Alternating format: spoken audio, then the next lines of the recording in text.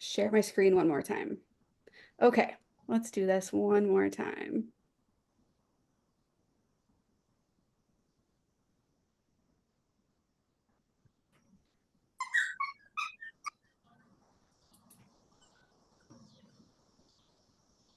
Okay. I think you guys can see my desktop. Is that correct? Give me a thumbs up if you can see it.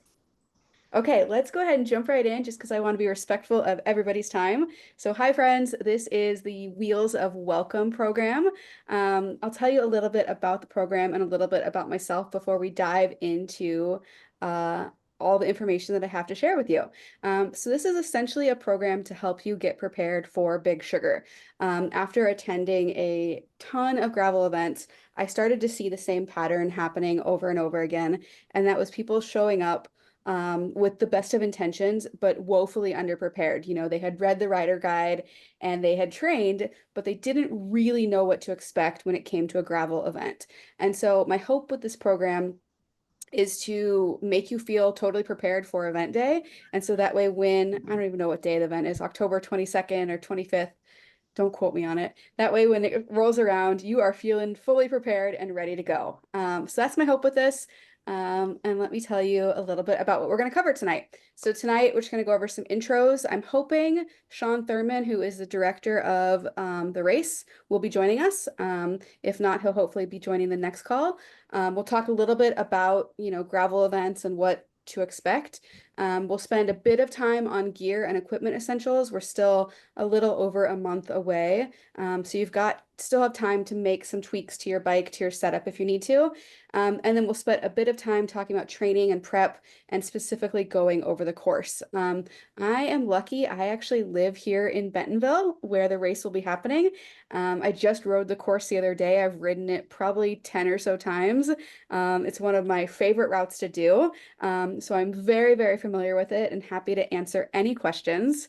And I am, I call myself a professional cyclist because I do get paid to do this, which is pretty darn awesome. Um, Give me one second. But I'm not a coach. I'm not a racer. I have just done a lot of different events, and I am also a sponsored athlete. So I just say all that to let you know that I do know what I'm talking about for the most part. And I'm really excited to hopefully help mentor you all through this. So Sean, are you on the call? I'm having a hard time seeing the participants. So I don't know if Sean is on here or not.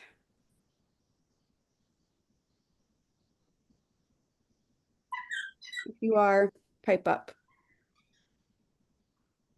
Okay, I don't think he's on here, but that is okay. Um, and so hopefully he'll join our call next time. But he is really jazzed up about this program. We did the same program for Unbound Gravel a couple months ago, and it went over really, really successfully. So I'm really excited for you all to be going through this as well. So we're going to skip Sean's introduction.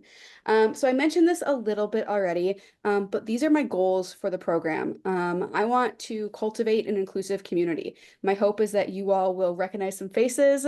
You'll introduce yourself either using the chat tonight, which please do feel free to use the chat function, ask questions in there, introduce yourself. But then also for the actual event, we'll have a shakeout ride. And so that way, hopefully, you'll meet some people that you will then see out on the course throughout the weekend. My second goal with the program is to lower the barrier to entry for gravel events. I mentioned this already, but a lot of folks show up totally not knowing what to expect and feel, in over their heads and, oh my gosh, I wish I was better prepared. And my hope is to really remove some of those barriers, some of those anxieties so that you feel fully prepared. And then finally, to educate and help prepare you guys for success on race day. And that's whatever success means to you, whether you're going for a specific time. I just want you to get across the finish line feeling good and wanting to do another gravel event. If that happens for everybody, that will be a success in my book. So. As far as community expectations, we are kind of building our own little community here. Um, you know, and it's pretty simple. I shouldn't even have to go over these things, but I'm going to because that's what I do as a community leader. So the first one is respect. So each of us have different goals and different starting points, and our rides are going to look different. You know, some people might be trying to go really fast, maybe get a podium for their age group. Some people might just be trying to finish. And I ask that we all respect that. We respect the lands that we ride on. You know, we're not littering. We're following the rules of the road, things like that, and then also just being respectful of everybody at the event. The second thing is there's no dumb questions. Like I said, we're all starting at different points. Some of us may have just started our cycling journey. Some of us might be decades in. And we all remember what it was like to be a beginner and not even know the difference between a Presta and a Schrader valve. If that's you, that is okay. And that is a perfectly fine place to be. I do ask that you do a little bit of research on your own. There are tons of resources out there. You know, we have our Facebook group that I would love it if people ask questions in there. I'll send a link to the Facebook group again after this call if you're not already on there. I know Facebook isn't for everybody. I don't personally love Facebook, but it is a very useful tool for this kind of thing. And then finally, some of you might know, I am the executive director and the founder of All Bodies on Bikes. And I kind of use this ethos for everything that I do, but that's all bodies are good bodies, all bikes are good bikes, with a little asterisk there, and all rides are celebrated. And so back to the all bikes are good bikes, all safe and working bikes are good bikes. People always come at me and say, well, what about this bike that doesn't have brakes? Well, I wouldn't call that a good bike if it's not safe for you to use. And we will talk a little bit later about the right quote unquote, the right kind of bike for Big Sugar. There is some technical gravel section, some big chunky stuff. So being on the proper bike is going to be essential for this race. Real quickly, I use the word race because it is technically a race. I know many of us are not racing it. We're not going for time. And I kind of use the words race and event interchangeably. So if you're like, but Marley, I'm not racing, totally fine. I'm not racing either. I'm just there to go out and have a good time. So what is Wheels of Welcome? So it is a mentorship program. We'll have two training calls. So tonight we'll go over a set of topics, and then I think in 2 weeks we'll go over another set of topics that I hope are helpful to you. This is a totally free program. I am getting a small stipend from Lifetime to help out with this, which is awesome. But I hope that this is useful for you. It's also an online group. I've mentioned the Facebook group a couple of times. But please do feel free to jump in there, introduce yourself, ask questions, share your experiences, etc. And then we will also be doing a shakeout ride. I will talk more about what shakeout rides are in a little bit, but it'll be a specific ride for participants in this group and anybody else who's looking for a shorter shakeout ride. It'll be about 10 miles and we will preview the first part of the course, but it'll be a great opportunity to kind of get your feet wet and meet each other. And I should say, I am monitoring the chat. So if you have questions that come up, or if you're like, already have a pressing question on your mind, feel free to put it in there, and I'll make sure I address it either at the time that it comes up or throughout as it makes sense. I thought it would be cool to show you all who is in the program, who else has signed up for this. This is just a little visual, a map of where everybody is from. There's about 65 people who have signed up to participate. I think a whole lot more will probably join for the second call. But you know, lots of folks from right around Northwest Arkansas, lots of Texans, lots of folks from Nebraska, Missouri, right here. And I think they call this the Heartland. I was listening to NPR today and they were talking about the Heartland, which is this part of the country. But definitely have some East Coasters, a couple Canadians coming down, a couple folks from Arizona and Colorado. So we are from all over the place, which is really cool. I also thought it'd be cool if you guys remember the survey that I sent out to you to find out what everybody's doing. So it is exactly a 50-50 split of folks who have done a gravel event before and those who have not, which I thought was really interesting. And about 92% of folks have not ridden Big Sugar before, which I thought was really cool as well. So welcome to Big Sugar. The leaves have started to change here in Bentonville, which means that by the time next month rolls around, it is going to be absolutely beautiful out there. I also thought it'd be interesting. So this program is designed for folks doing the 25 mile and the 50 mile. About 67% of folks who have signed up for this program are doing the 50 mile, while about 33% of folks are doing the 25 mile. And technically the 25 mile is actually a 28 mile, and we'll talk about that in a little bit. And I think the 50 mile is technically about 54 miles, but don't let that freak you out. Both are hard, both are beautiful, both go through some of the most beautiful roads that Northwest Arkansas has. And pretty cool, the 50 mile also dips into Missouri a little bit. So that'll be a fun adventure for those of you doing that distance. Okay, so I'm going to dive into kind of the second part of the program, all about the gravel experience. So with 50% of folks having never done a gravel event before, I thought it'd be a good idea to zoom out and give you the bigger picture of what in the world you're getting yourself into. If you come from the world of running or triathlon, this might be familiar to you, but essentially it is a full weekend of events starting on typically Tuesday or Wednesday. Things start to happen here in Bentonville around Big Sugar. Starting on Thursday and Friday, there will be an expo. So they shut down the downtown square, or at least they did last year. Locations might change a little bit, but essentially there's a big expo that happens. So if you are in the market for any new gear, if you want to talk to some of your favorite brands, they will likely be there. It's a really cool opportunity to meet other people and to just check things out. Shakeout rides start happening on Thursday and Friday, and then the actual race is Saturday. So the reason why I tell you this is it's a marathon, not a sprint. Save your energy, do the things that make sense for you. It's really easy to get pulled into everything that's happening. And then Saturday comes and you're already tired before the race has even started.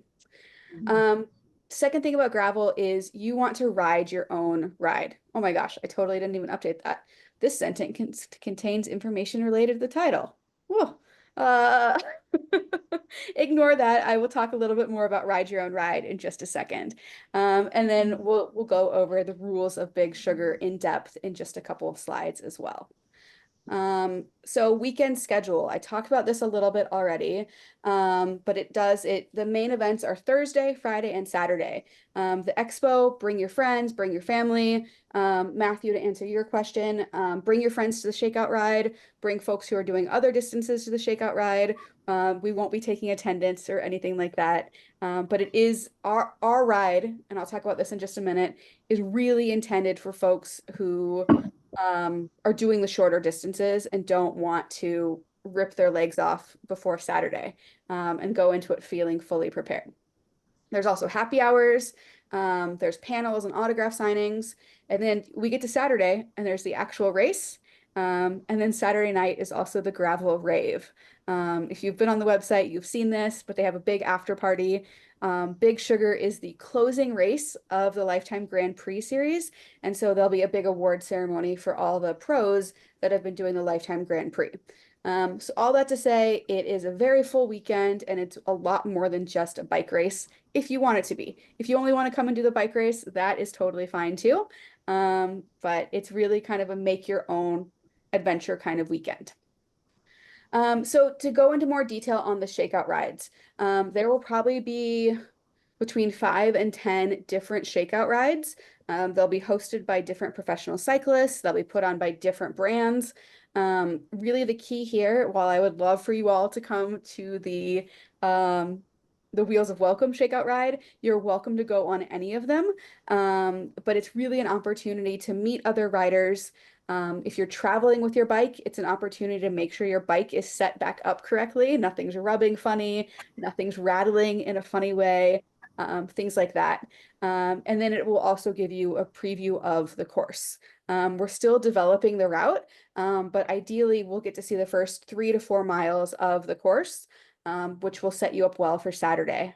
So you get some of those nerves shaken out. I will warn you, some of the other shakeout rides are fast and long and hilly. So just make sure when you're choosing one, you choose one that's appropriate for what you're looking for. I know I've gotten stuck on some, not stuck, but I've gone to some where I'm getting dropped immediately and I'm like, oh, this is not what I was looking for at all. And this basically talks about what I just talked about. So I'm going to skip this slide. The big thing with shakeout rides is please don't blow up your legs. You've been training for a long time for this. You've been excited for it. Don't hurt yourself before the actual ride. For some folks who are doing the 25-mile, some shakeout rides might be close to that distance. So that might not be a good distance for you to go on, especially if 25 miles is the longest you have ever ridden. Okay, on to the next thing. Ride your own ride. This is kind of a soapbox of mine. After seeing many people have their experiences ruined by not riding their own ride, by sticking with a friend who is a wildly different pace than they are, or riding with a friend who might have different goals, or your styles are mismatched. So what I say here is you have your own goals, hopefully. You have set some goals for this ride. Maybe it's to hydrate well. Maybe it's to work on eating on your bike. Maybe it's to, work on not walking the hills. Whatever your goals are, this is your chance to prove them out. This is also it's your motivation. It's you choosing to do this. And I would encourage you to remember that when you're out there, you chose to do this. It's hard, but you paid good money for this, so you might as well have a good time doing it. And at the end of the day, it's also your body. What I mean by that is sometimes when we get caught up riding with other people, we don't eat at the intervals that we've trained for and we forget to eat, or we don't drink. So I really encourage you to make it your ride. You've worked hard for this, you've prepared for it, you've paid money for it, you've traveled. Don't let somebody else's experience dictate your experience, if that makes sense. I'll get off my soapbox now. Okay. The rules of Big Sugar. So the rider guide will be coming out very soon. The 2023 rider guide is already out now, and I would imagine it'll be very similar. So if you're a person who likes to know details in advance, I would go read the rider guide to get all the information. It literally tells you everything you could possibly know. I'm sure they will send us an email when the 2024 rider guide is released, and please spend some time reading that because that'll answer all of your questions about the event. We're going to talk more about this in just a minute, but the course is, they say, sparsely marked. I don't know what that means, but if it's similar to Unbound, which is the same organizers, the course probably will not be marked. So it's really important that you know how to navigate, whether that's on your bike computer or if you're using your phone. Make sure that you start practicing navigation now. The 2023 rider guide, let me see if I can find a link really quickly. You know what, I'll give a high five to anybody who can find the link to it and put it into the chat box. It's on the Big Sugar website.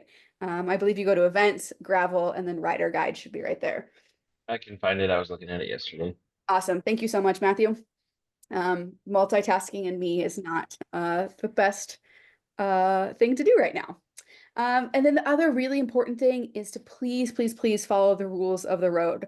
We are going to be out on rural roads. They're pretty low traffic roads, but that being said, there is still traffic out there. It is not a closed course. So making sure that you are riding to the right side of the road, you're not crossing over the center line. There will be some hills where you can't see around. So just really being smart about that because God forbid something were to happen. Thank you, Nathan and Matthew, for putting that in there. And then, like I said, an email will come out when the 2024 rider guide. One really important thing is there are no support crews allowed on course. With the exception of the 50-mile and the 100-mile. There are designated places where your support crew can be, although that's typically intended for the 100-milers and the pro athletes to have a support crew out there. For us, there are aid stations for both the 50 and the 25. And so for your friends and family, if they want to go out and see you on the course, There are a couple places where they can meet you, and you want to read the rider guide for that because they're not allowed to just go anywhere on the course and wave to you. It's a safety concern because some of the roads that we're on are really narrow, they're tight, they're windy. They're really fun to ride on, but it will be a problem if there's a lot of cars lining the course with friends and family sitting there waiting to see their rider come by. I should pause right there and see if there are any questions about either the program, kind of gravel events overall, or the rules of Big Sugar. Does anybody have any questions so far? There is a like a water station on the 25. Yes, there's a full aid Okay. station on the An 25. aid station. Okay. Yep. And so that there will be food, there'll be beverages, and we'll talk about that towards the end as well. And then on the 50, there is one aid station and one water oasis to refill bottles. Okay. So still talking about gravel events in general, there people like to call it the mullet analogy, because there's, business in the front, with your fast, your serious riders, and this is the case for all three distances, for the 100 mile, the 50, and the 25. It's a mass start, and so we'll be on the street, and you'll see the people that are really serious will line up at the beginning. And I would encourage you to line up where it is appropriate for you. If you want to try really hard and go fast, line up towards the front. If you're taking it a little bit more leisurely or a little bit more nervous of being around large groups of folks, if you're not used to cycling in a big group of folks, lining up towards the back. Typically, there's signs up. The longer distance you're doing, the more serious people are. So this won't be a huge deal for the 25 mile. For the 50 mile, just make sure you place yourself appropriately. And we'll talk about this towards the end with the course. But it starts out road. We have about a 2 mile neutral rollout. It's a pretty fast rollout. And then it immediately hits a downhill gravel section. So if you are a little bit less confident of a descender, I would recommend starting towards the back, because it does immediately go into a fairly steep technical descent immediately as we are leaving downtown. But we'll talk about that in just a second. Okay, let's talk gear and equipment. So obviously you need a bike. A gravel bike is going to be your best bet for this. I don't often say that. I often say, any bike you want to ride will be fine. Not for this race. You want a gravel bike, or a mountain bike will work. You'll be less comfortable, but if that's what you're most comfortable on and that's what you have, a mountain bike will work. My number one recommendation, if you're not already, is to be set up with tubeless tires. The gravel around here is sharp, it's chunky, it's big. So having a tubeless setup will hopefully reduce the chance of getting flat tires. If tubeless isn't an option for you, that is totally fine. But make sure you know how to change a flat. That goes for everybody. But also that you have a number of spare tubes with you, because the gravel around here is pretty unforgiving. Obviously, you need a helmet. It's required to race in Big Sugar, so make sure your helmet is in good working order. If you forget it, if you're traveling to town and you forget it, there's about 10 bike shops in Bentonville, so you can always get anything you forget. And then there's the expo as well. Now is the time to be dialing in your fit. So make sure you've got comfortable riding clothes, shoes, gloves. Make sure everything's comfortable now. So when Big Sugar comes, everything feels good and it's just second nature. You're also going to want a way to carry your nutrition, hydration, and tools. So if you're not already riding with like a hydration pack or a frame bag, or a front roll, something to carry all of your stuff, I would recommend doing that. You're going to want to carry nutrition with you in addition to what is provided at the aid stations. You're also going to want to carry a repair kit, which we'll talk about in just a second. And then finally, you need a navigation device. So whether that's your phone, doing Ride with GPS, or a bike computer, something that you know and are comfortable with is going to be really, really helpful. Again, please put any questions into the chat. I don't see any so far, but let me know if you have questions. So back to bike considerations. So like I said, gravel bikes are ideal. The course is chunky, it's steep, both going up and down, and it does have some loose gravel sections. So a gravel bike is going to be your best friend with this. You're also going to want a bike with gears. The more, I'm going to say the more gears, the better. You don't need to go out and change your whole setup, but making sure that you know how to shift appropriately. If you live in a flat area, and if you don't have a lot of practice changing gears, especially when you're climbing, find some overpasses, and start climbing. The hills around here are big is not the right word. There's no climb that's over a mile. There is 1 mile long climb. It's at the very end, and it's a challenge for everybody who rides up it. But most of the climbs are short and steep. So you can always walk them if necessary. But making sure that all of your gears work and you can shift as necessary is really important. I mentioned this already, but make sure your fit is dialed. You want to be comfortable. Don't change things drastically, but focus on, your contact points on the bike. So if your hands are falling asleep on your training rides, that's a good indication that something isn't right with your fit. If your butt is really uncomfortable or painful after your ride, something might not be right with your saddle, or like if your feet are going numb. So now, a little bit more than a month out is a really good time to get those things dialed in and make sure they're comfortable. And I already mentioned this, but go tubeless and as wide of a tire as you can fit on your bike. Northwest Arkansas is notorious for sharp gravel, and I want you all to be prepared on that. I'll pause and see if there's any questions there. And I'm definitely not trying to scare anybody about the gravel. It is totally rideable, but I do want you all to be prepared. 45-minute ride. I'm curious. I remember you posted a while back that sorry, that you rode the course. Did you have like a 1 by 2 by like a mullet setup, or is that much of a climbing gear necessary for this Yeah. course?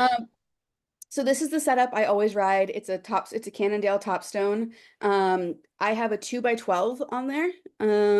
It's the Shimano GRX, whatever.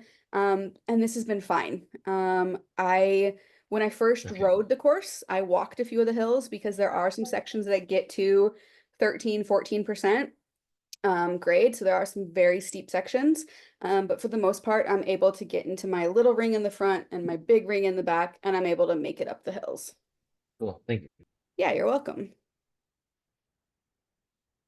Any other questions? The 1359 of climbing is for the 25 mile. The 50 mile, I have it at the end.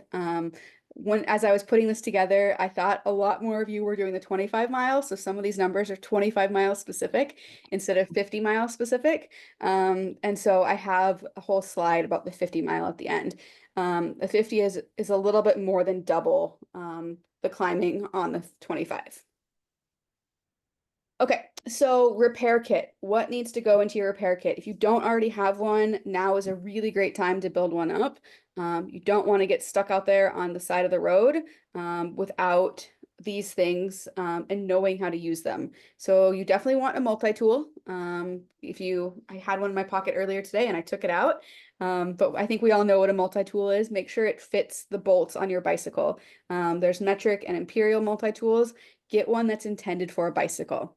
Have a flat kit. We're going to go over what should be in your flat kit in just a second. I always recommend having zip ties. You never know when they can come in handy, and I've used them for all sorts of stuff on a bike ride. Spare bolts, especially if you are riding clipless. Having some spare cleat bolts can be really useful because it always seems like the bolt comes out on race day and then you can't clip in or clip out. It doesn't happen on your training rides. It happens during race day. So if you're able to get some extra bolts and put them in your repair kit, hopefully you'll never need them, but they're there in case you need them. I also like to keep an extra snack or two in my repair kit because that way when you go to change your flat tire, you open it up and there's a little treat waiting for you. It can be really nice to have that spare snack in there or to be able to offer it to somebody else. And then I also recommend, whether you're running tubeless or inner tubes, to carry a spare tube. We know we've all been there where you can't get the puncture sealed, or for some reason or another, you need an inner tube. So carrying the inner tube can be really helpful. My biggest advice on this is tools only work if you know how to use them. So if you're carrying a chain breaker, but you've never changed your chain, what's the point of carrying it? I mean, hopefully, maybe if you need that, somebody will come by and know how to use it. But make sure that you know how to use the tools that you are carrying, including what's in your flat repair kit. So, what should be in your flat repair kit? I used to not include this, and then I realized, oh, people might need help knowing this stuff. So you're going to want Dynaplugs. Dynaplugs, bacon strips, whatever you want to call them. They are the little plugs that you would use to seal a puncture. I highly recommend watching YouTube videos if you aren't familiar with how to change a tubeless tire or how to stop a puncture. Look up some YouTube videos, or stop by your local bike shop and ask them if they can help explain to you how it works. You're going to want tire levers if you need to take your tire off the wheel. Spare tube, I already mentioned that. I recommend carrying both a pump and a CO2 inflator and CO2. We've all been there where the CO2 just isn't working quite right, or something has gone strange. So having that pump helps ensure that even if you run out of CO2 or something strange happens, you can still air your tires back up. And then finally, a valve core remover. Again, tools only work if you know how to use them. So make sure you know how to remove your valve core if you absolutely have to. If I sound like I'm speaking Greek to you, I apologize. I try not to get too technical with this, but definitely make sure you know how to change a flat tire. If not for you, then for somebody else on the side of the road. Okay, let's talk about tires again. I already mentioned this, but tubeless with fresh sealant. Now is a great time to get your bike into the bike shop for that final repair, tune-up, etc. I think for a lot of us, we're coming to the end of the season and we've been riding all summer.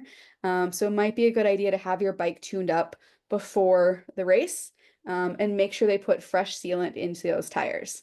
Know how to change a flat and practice doing it. I know I sound like I'm beating a dead horse, but you always hear lots of stories of people flatting out here in Northwest Arkansas, especially for folks who are not from this area. The gravel around here, I've got some pictures of it, but it can often be chunky, sharp, unpredictable with loose sections. I recommend, if you are shopping for tires, looking for one with a strong sidewall protection. A lot of folks also like the inserts. I've never used the foam inserts before, so I can't speak to them, but a lot of folks recommend them and use them.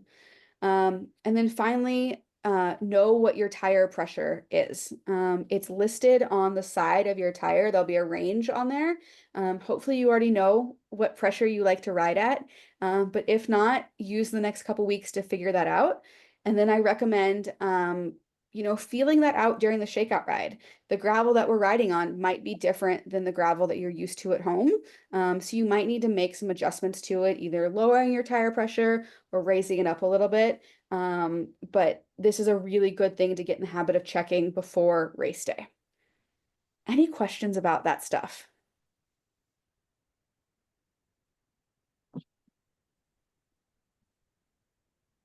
Okay, cool. I'm going to keep going.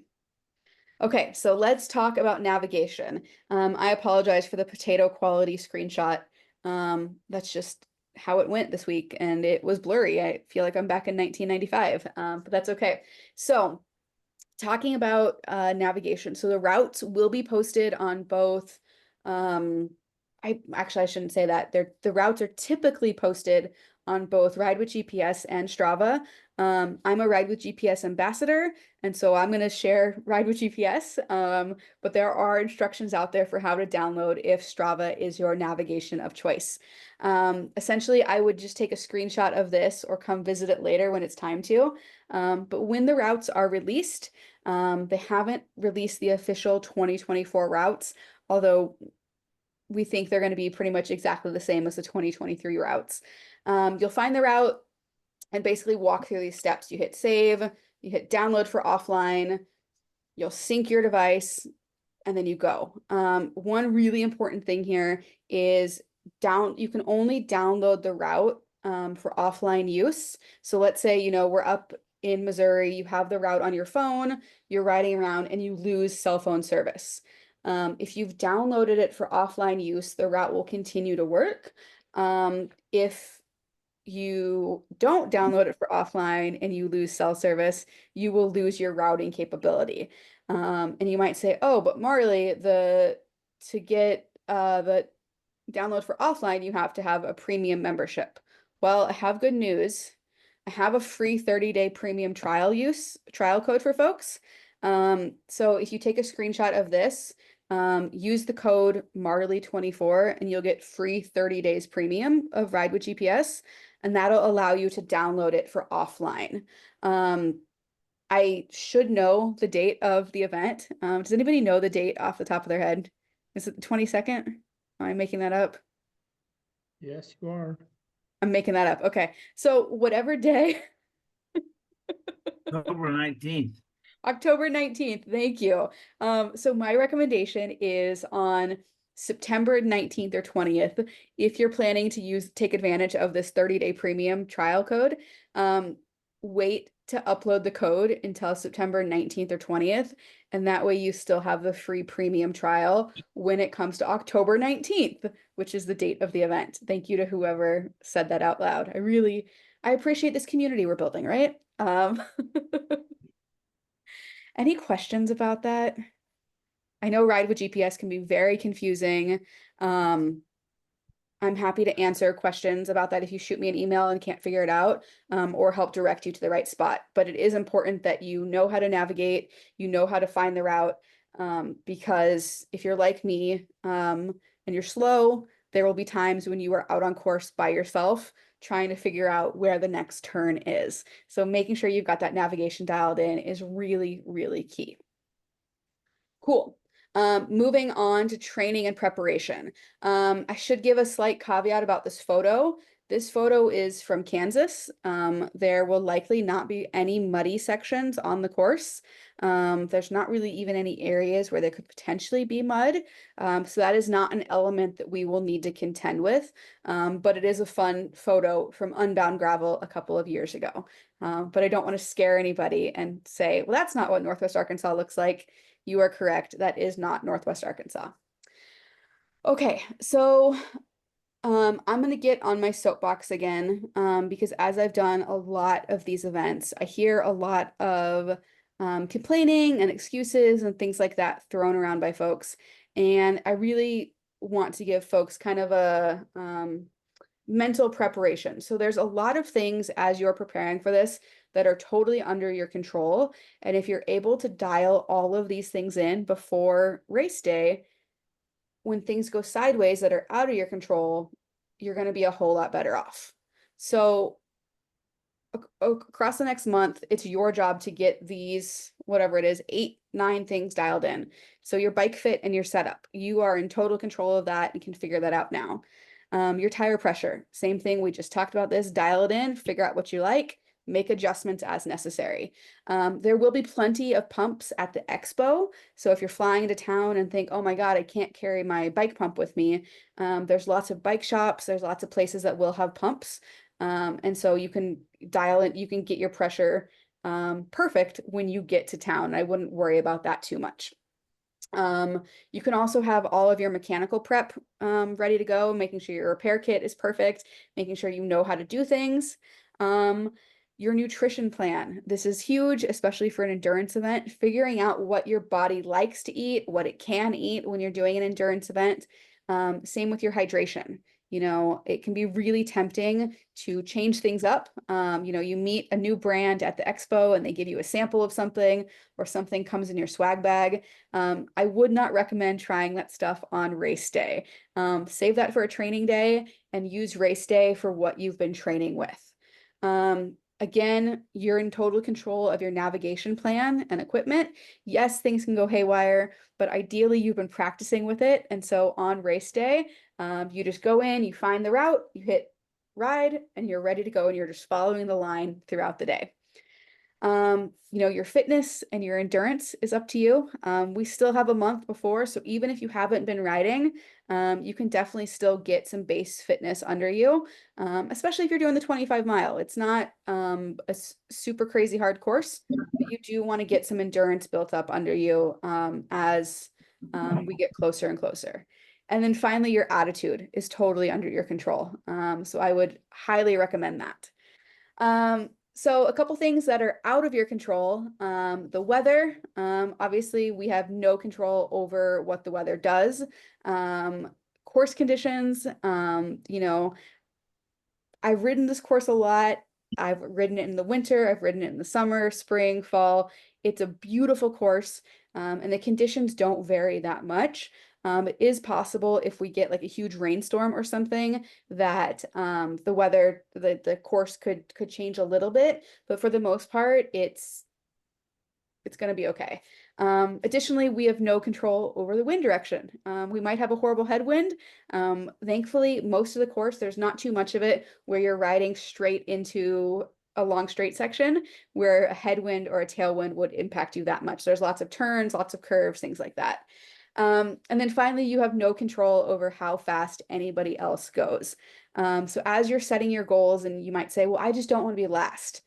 What if everybody else who shows up is super, super fast and you're trying your hardest? It's okay if you're last. So all of these things are under your control and will impact your day. But I really recommend that you get the things on the left side dialed in. So that way, when things on the right go totally wackadoodle, you're going to be okay. Any questions about that? Okay, so finishing up, the last section to talk about are the courses. So this is for both courses. Both of them start and end in downtown Bentonville. You'll get to ride out one way, and then it comes back in a loop, and it comes up through Slaughter Pen, through the Crystal Bridges Trail, if you've been to Bentonville before. And so you get to see a lot of the city, which is really, really cool. As I mentioned before, it starts with a steep descent immediately into a steep, somewhat challenging climb. You can see that, you know, that's that first little doop right here. The first descent, it says on Ride with GPS, is paved. It is not. It is a steep, chunky gravel downhill descent immediately into an uphill climb. And so just to be prepared for that mentally, to know that you're going to need to shift your gears immediately after going downhill. So just be prepared for that, be ready, check it out beforehand during a shakeout ride. You will be totally fine, but a lot of people do get surprised by that. I really want to encourage folks, if you need to stop and wait, or if you need to stop and get off and walk, to move to the right. You know, there will be lots of folks who are able to ride. And so if you anticipate that you're going to need to move to, if you're going to need to stop and walk, position yourself to the right to stay out of the way of other folks. Finally, the downhills are bumpy and chunky and kind of all over the place. Make sure that everything is secured on your bike. Your water bottle cages are tight. You have nothing that's going to fly off, which is a danger to both yourself and to other people. Okay, so let's talk specifically. Hold on one second. About the 25-mile course. So technically it's 28.2 miles if they use the same course as last year, which I've heard they are, with 1,359 feet of elevation gain. There is one aid station midway through. And like I mentioned, there is some technical climbing and descending. You can see on this map down here, the elevation profile. Anything that's in solid is going to be paved, and anything that's in the striped is going to be gravel. So most of this is a gravel ride. You'll notice here at the end, the last about 5 miles are paved, and the last climb is an uphill paved climb as we're coming back into Bentonville. But nothing too crazy here. You can see it starts in Bentonville. We head north out of town. We get somewhat close to Missouri, but don't cross the border into Missouri. Yeah, Okay. but I actually have a meeting I'm Gonna- doing. Unfortunately. Okay. And then the 50-mile course is technically 53.8 miles with about 2,800 or 2,900 feet of elevation gain, so almost double the elevation gain. There is one aid station and one water oasis. And again, there are definitely some steep climbs and descents on this. It's really cool. The aid station on this is actually at a brewery. It's at the Whistling Pig Brewery. And the climb out of there is one of the most challenging climbs I think I've ever done. And so don't be demoralized by it. If you have to get off and walk, it is perfectly okay. I know many, many people, we go out there for social rides who have to get off and walk. So just be prepared for that.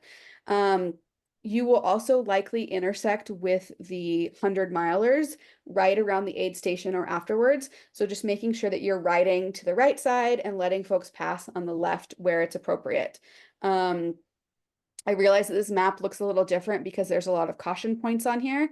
If you look at it on Ride with GPS, you can see that each of these is like somebody went through and basically, I don't want to say narrated, but they kind of narrated the entire thing. So it's like steep descent, highway crossing, so that way you're fully aware of what is going on.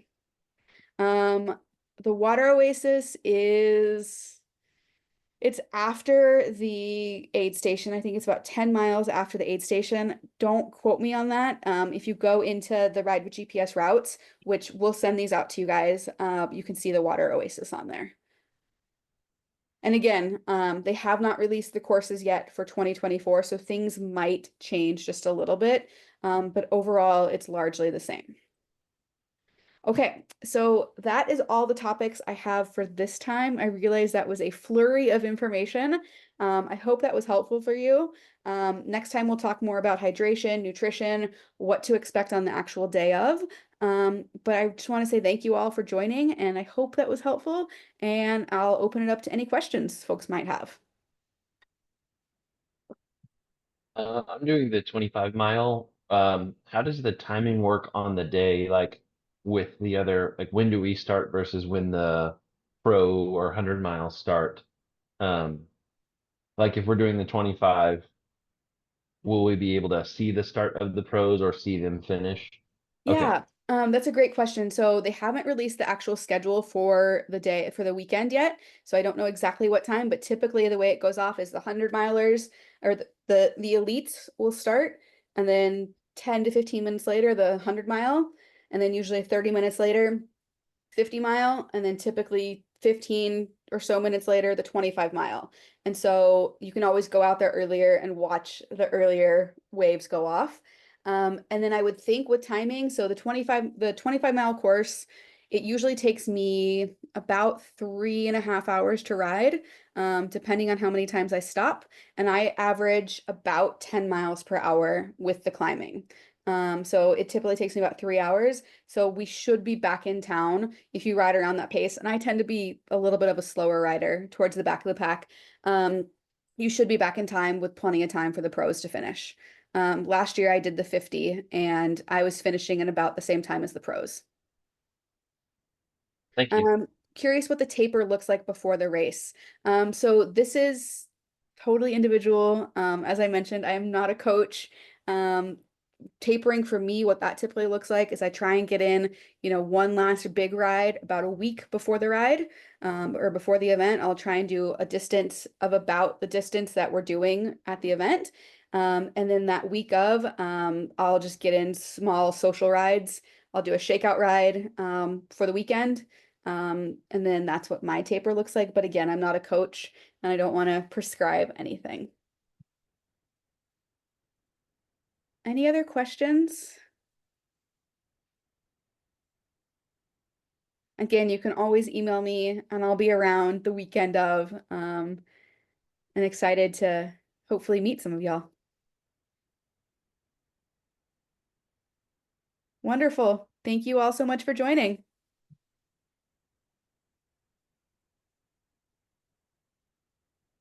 Thank you.